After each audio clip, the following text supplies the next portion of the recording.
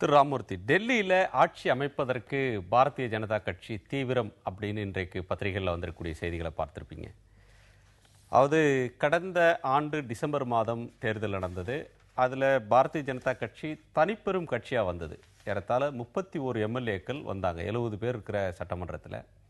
அது இல்லாமல் அவங்க கூட்டணி கட்சிக்கு அகாலிதளத்துக்கு ஒரு சீட் கிடைச்சது. அப்போது இன்றைக்கு சுகாதார அமைச்சராக இருக்கக்கூடிய ஹர்ஷவர்தன், அவர் தான் மாநில முதலமைச்சர் வேட்பாளராக அறிவிக்கப்பட்டவர். அவரை ஆட்சி அமைக்கிறதுக்கு இதே துணைநிலை ஆளுநர் அழைத்தார். இல்லை, எங்களுக்கு போதுமான பெரும்பான்மை இல்லை, நாங்கள் குதிரை பேரத்தில் ஈடுபட விரும்பலை, நாங்கள் மக்கள் எங்களுக்கு அளித்த தீர்ப்பை நாங்கள் ஒப்புக்கொள்கிறோம், நாங்கள் ஆட்சி அமைக்க மாட்டோம். அந்த நிலையிலிருந்து பாஜக இப்போ பின்வாங்கினதை எப்படி பார்க்குறீங்க? இல்லை, பின்வாங்கலை. நான் ஒரு ஒப்பீட்டோடு இதற்கான பதிலை ஆரம்பிக்கின்றேன். 1952, ஏன்னா இது தமிழ்நாட்டில் மிக முக்கியமான விஷயம், அவர் திரு குமரேசனுடைய கருத்துரையும் நான் நிறைய ஆளாக இருக்கின்றேன். 52 காங்கிரஸுக்கு மெஜாரிட்டி கிடைக்கல சென்னை மாகாணத்தில். கிட்டத்தட்ட ஆட்சியை பிடிக்கின்ற ஒரு சூழலில் கம்யூனிஸ்ட் கட்சி வந்தது. அந்த அளவுக்கு அவர்களுக்கு எண்ணிக்கை இருந்தது. பி ராமமூர்த்தி முன்னிறுத்தப்பட்டார். அப்படி இருக்கும்போது காங்கிரஸ் கட்சிக்கு வேறு வழியே இல்லாமல் இந்த கவர்னர் ஜெனரல் போஸ்டில் இருந்து ரிட்டையர் ஆகி வந்திருந்த ராஜாஜியை அழைத்து முதலமைச்சராக ஆக்கினார்கள். ராஜாஜி முதலமைச்சராகும்போது தமிழ்நாட்டில் காங்கிரஸுக்கு அன்னைக்கும் மெஜாரிட்டி இல்லை. ஸோ அதற்கு பின்னாடி தான் காமன்வெல்த் கட்சி போன்ற கட்சியினரை சேர்த்து கொண்டு தான் அவர் பெரும்பான்மைக்காக போகின்றார். ஆனால் அன்றைக்கு எதிர்கட்சியாக இருந்த ஒரு ஆட்சி பிடிக்கின்ற அளவிலே இருந்த ஒரு கம்யூனிஸ்ட் கட்சி இன்றைக்கு அதனுடைய சக்தி என்ன என்றதை பற்றி திரு குமரேசன் அவர்களை ஒத்துக்கொண்டார். ஆக அரசியலை பொறுத்த மட்டும் எல்லா சந்தர்ப்பங்களிலையும் ஒரே நிலைப்பாடு என்பது ஒரு சாத்தியமில்லாத ஒரு சூழ்நிலை. ரெண்டாவது விஷயம் என்னென்னா, ஆட்சி அமைப்போம் அப்படின்றத அவங்க சொல்லலை. ஸோ நிச்சயமாக ஒரே ஆளுநர் அழைத்தால் அது குறித்து பரிசீலனை செய்வோம் தான் சொல்லியிருக்கிறாங்க. ஆளுநர் அழைக்கிறதே இவங்க கேட்டுக்கொண்டதுனால அழைக்கிறாரா, இல்ல அவரா அழைக்கிறாரான்றது ஒரு கேள்வி இருக்கிறது. நிச்சயமா இந்த ஆளுநர், இந்த துணைநிலை ஆளுநர் பாரதிய ஜனதா கட்சியால் நியமிக்கப்பட்ட துணைநிலை ஆளுநர் இல்லை. ஒரு retired IAS officer Najeeb Jung, முந்தைய ஐக்கிய முற்போக்கு கூட்டணியோட அரசாங்கத்தில் நியமிக்கப்பட்டவர். அதனாலேயே இந்த ஆட்சிக்கு அவர் அனுசரிச்சு போக மாட்டாரு அப்படி பார்த்தா தமிழ்நாட்டிலையும் இருக்கின்ற கவர்னர் திரு ரோசையா அவர்களும் கிட்டத்தட்ட. கேள்வி அது இல்ல ராமமூர்த்தி, இப்ப கடந்த ஆண்டு டிசம்பர் மாதத்துல பிஜேபி எடுத்த நிலைப்பாட்டுல இன்றைக்கும் அதே நிலைப்பாட்டுல இருக்காங்க. பிஜேபியை ஆட்சி அமைக்க அழைத்துட்டு அவங்க மறுத்ததுனாலதான் கெஜ்ரிவாலுக்கு அழைப்பு கொடுத்தார். அவர் 47 நாள் ஆட்சியில் இருந்துட்டு அவர் போயிட்டார். இப்போ அந்த சட்டமன்றத்தை கலைத்திருந்தால் இந்த பிரச்சனைகளே எழவில்லை. கலைக்காம வச்சிருந்ததே மீண்டும் ஒரு நாள் மீண்டும் பிஜேபி ஆட்சிக்கு வந்த நிலைமையில கலைக்காம வச்சிருந்ததே மீண்டும் ஒரு நாள் இந்த குதிரை பேரம் நடக்கட்டும் அப்படின்ற ஒரு எண்ணத்தோட இது செஞ்சிருந்தாலும் சொல்ல முடியும். கலைக்காமல் அசம்பிளி சஸ்பெண்டட் அனிமேஷன் வச்சது இந்த அரசாங்கத்தினும் இல்லை. இது தேர்தலுக்கு முன்பாகவே அரவிந்த் கெஜ்ரிவால் 49 நாட்கள் மட்டுமே AK-49 பேர் அவருக்கு அதனால தான் கிடைச்சது. ஸோ AK-47 மாதிரி இவர் AK-49 அப்படின்னு அப்போவே என்னன்னா சஸ்பெண்டட் அனிமேஷனில் தான் அசம்பிளி வச்சுட்டு இருக்கிறாங்க. உச்சநீதிமன்றம் கூட இது குறித்து கேள்வி கேட்டது. எந்த விதமான செயல்பாடும் செய்யாமல் எம்எல்ஏக்கெல்லாம் எப்படி சம்பளம் வாங்குறீங்க அப்படின்லாம் கேள்வி கேட்டாங்க. ஆக சூழல்கள் அதாவது ஒரு விஷயம் என்னென்னா, இதை பற்றி முழுமையான நிலைப்பாட்டை இன்னும் பாரதிய ஜனதா கட்சியினுடைய டெல்லி மாநில குழு முடிவெடுக்கலை. அதை பற்றி ஒரு பகுதியினர் ஸோ திரும்பவும் தேர்தல் வேண்டியதில்லை, ஏனென்றால் இந்த 7 தொகுதிகளையுமே கைப்பற்றியதன் மூலமாக மக்களுடைய ஆதரவு இருக்கிறது அப்படிங்கிற ஒரு விஷயத்தை ஒரு குழு சொல்லும்போது இது வேணாங்கிற ஒரு விஷயமும் இருக்கின்றது. ஆகையால இது குறித்த இறுதி நிலைப்பாடு இன்னும் எடுக்கப்படலைங்கிறதா முதல்ல சொன்ன வாதத்திலிருந்து 52ல தங்களுக்கு ஆட்சி அமைக்க வாய்ப்பு இருந்தப்ப தவறான வழிமுறைகளை பயன்படுத்தி கம்யூனிஸ்ட் கட்சி ஆட்சி அமைக்க மறுத்துருச்சு. ஆனா காங்கிரஸ் கட்சி 2 பேரை கட்சி தாவ வைத்து ஆட்சி அமைச்சது, அதனால அந்த கட்சி வலுவா இருந்தது. அந்த பதவியில் இருக்கிற வாய்ப்பை இழந்ததுனால கம்யூனிஸ்ட் கட்சி தேஞ்சிருச்சு. அது மாதிரியான ஒரு முன்னுதாரணத்தை நீங்க நீங்க எப்படி பார்க்கறீங்க? அப்படி சொல்ல வரல, அது திரு குமரேசன் சொல்லலாம். இன்னைக்கு நிலைமையை பத்தி பேசிக்கிட்டு இருக்கும்போது 50 வருஷத்துக்கு முன்னாடி உள்ள கதையவே கிளறிட்டு இருக்கிறதுங்கிறது இவங்களோட உத்து. ஏன்னா எப்போ கடந்து போன வரலாற்றை மீண்டும் எப்படியாவது கொண்டு வரணும், அப்படி இல்லாத ஒன்றை சொல்லி அகண்ட பாரதம், இந்து நாடு என்றெல்லாம் அந்த கோட்பாடு இருக்குல்ல, இல்லாத ஒன்று அதெல்லாம். ஏன்னா அதனுடைய தொடர்ச்சியாக தான் 52ல் நடந்தது போய் இன்றைக்கு உதாரணமாக இணைக்கிறதுங்க. இதில் 3 முக்கியமான விஷயங்கள் எடுத்துக்கொள்ளப்படணும், இதில் பார்க்கப்பட வேண்டும் நினைக்கிறேன். ஒன்று, ஏன் இப்போ இவங்க ஆட்சி மாற்றம் ஏற்பட்ட பிறகு பல ஆளுநர்கள் விடை கொடுத்து அனுப்பப்படுகிறார்கள். ஆனால் ஏன் இவர் நஜீம் ஏன் இன்னும் மாற்றப்படாமல் இருக்கிறார் என்பதற்கு இதில் ஒரு சின்ன உதாரணம் இருக்குன்னு தான் நினைக்கிறேன். ஏதோ ஒரு அவருடைய நோக்கத்தை நிறைவேற்றுவதற்கு அவர் தயாராக இருக்கிறார். ஏன்னா அவரை வச்சுக்கிடும்போது நாங்கள் இஸ்லாம் மக்களுக்கு ஆதரவாக இருக்கணும்னு தோற்றத்தை காட்டிக்கிறதுக்கு அது உதவியாக இருக்குங்கிற அடிப்படையில் அந்த நோக்கத்தை அவர் நிறைவேற்றி கொடுக்குறாருன்னு தான் பார்க்க வேண்டியிருக்கு. ஏன்னா 2 முறை அவர்கள் மறுத்திருக்கிறார்கள். ஒன்று, தேர்தல் முடிந்த பிறகு இவர்கள் தான் தனிப்பெரும் கட்சியாக என்றாலும் கூட போதிய பலம் இல்லை என்கிற போது நாங்கள் ஆட்சி அமைக்க தயாராக இல்லை என்று அன்றைக்கு சொல்லிட்டாங்க, அதிகாரப்பூர்வமாக சொல்லிட்டாங்க. 2வது முறையாக இந்த பிப்ரவரியில் இவர் பதவி விலகிய பிறகு மீண்டும் ஒரு வாய்ப்பு, அப்போது நான் இல்லை, எங்களுக்கு போதிய பலம் இல்லை, நான் குதிரை வியாபாரத்தில் ஈடுபட விரும்பலைன்னு சொல்லி அங்கே சொல்லிட்டாங்க. அப்போ இன்னைக்கு அந்த முயற்சி நடந்து கொண்டு இருக்கிறது என்றால், ஏன்னா இப்போ இதெல்லாம் பின்னல் எங்கே வருகிறது? உள்துறை அமைச்சரை போய் திரும்ப இவர் போய் பார்த்து வர்றார். அந்த டெல்லி காங்கிரஸ் பிஜேபி தலைவர் போய் 3 முறை பார்த்திருக்கிறார். சதீஷ் உபாத்யாயா. ஆமா, இந்த பின்னணியில் தான் வருகிறது. ஆக அவர் நாங்கள் அழைச்சா அரசு அமைப்போம்னு சொல்றது, அழைக்கிறதுக்கான ஏற்பாடுகளை செய்து கொண்டு உள்துறை அமைச்சகம் மூலமாக துணைநிலை ஆளுநருக்கு ஒரு நெருக்கடி தரப்படுகிறது என்பதை காட்டுகிறது. ஒன்று. 2வது முக்கியமான ஒரு விஷயம் என்னன்னா, இப்போ இந்த ஒரு புதிய விஷயம் இங்கே வருது.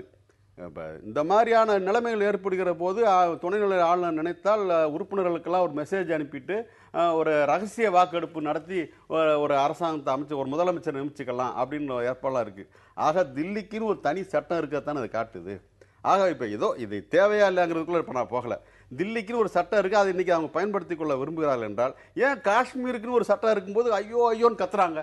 அதுக்கு ஒரு வரலாற்று பின்னணி இருக்குல்ல, அதை எப்படியாவது ஒழிச்சிடணும் அப்படின்னு ஒரு சொல்றேன்.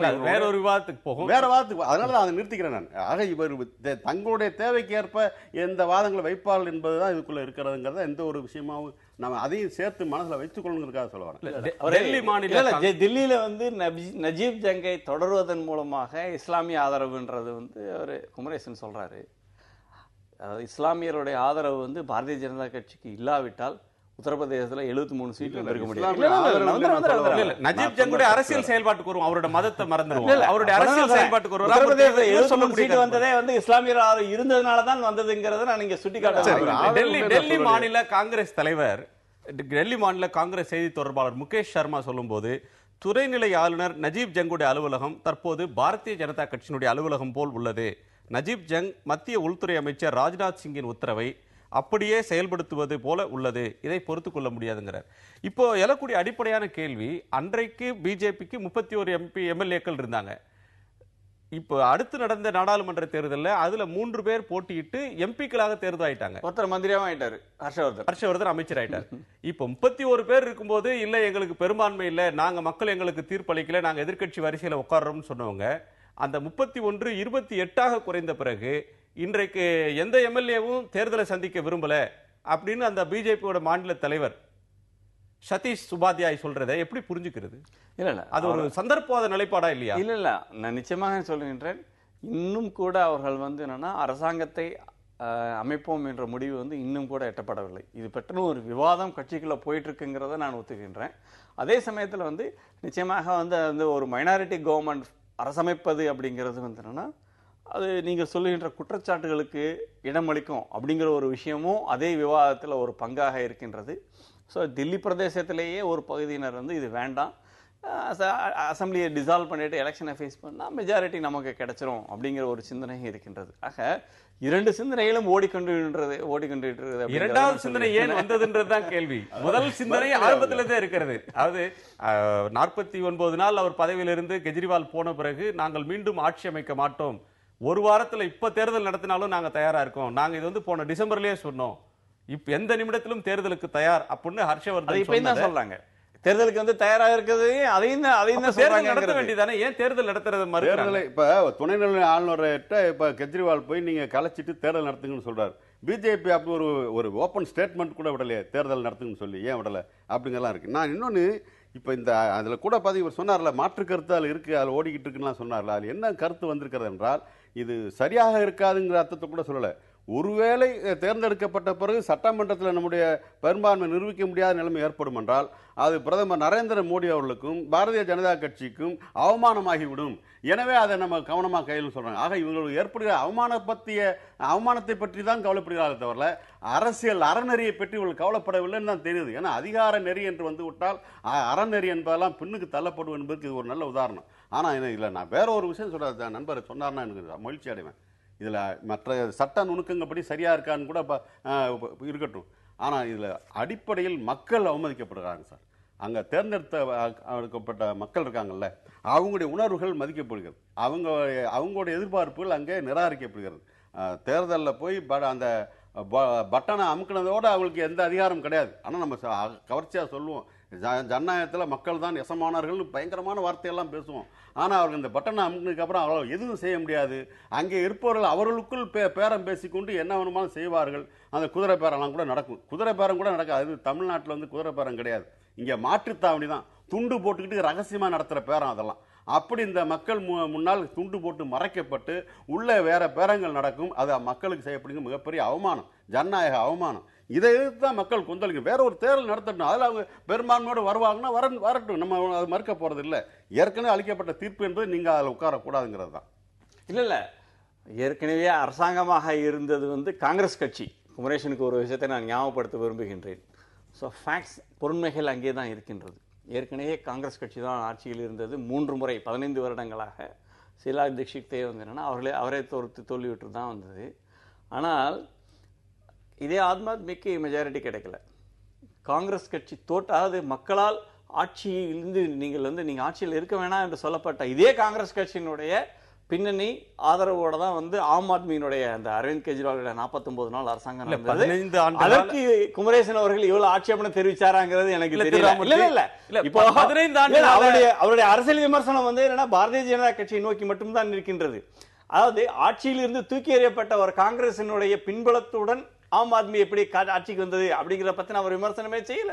இல்ல, அதாவது 15 ஆண்டு காலம் ஆட்சியில் இருந்த ஷீலா தீட்சித்தை வீட்டுக்கு அனுப்பணும்னு முடிவு செய்த மக்கள் அங்க பிஜேபி ஆட்சிக்கு வரணும்னோ அல்லது ஆம் ஆத்மி வரணும்னோ திட்டவட்டமான ஒரு முடிவை தவறிட்டாங்க. அதனால்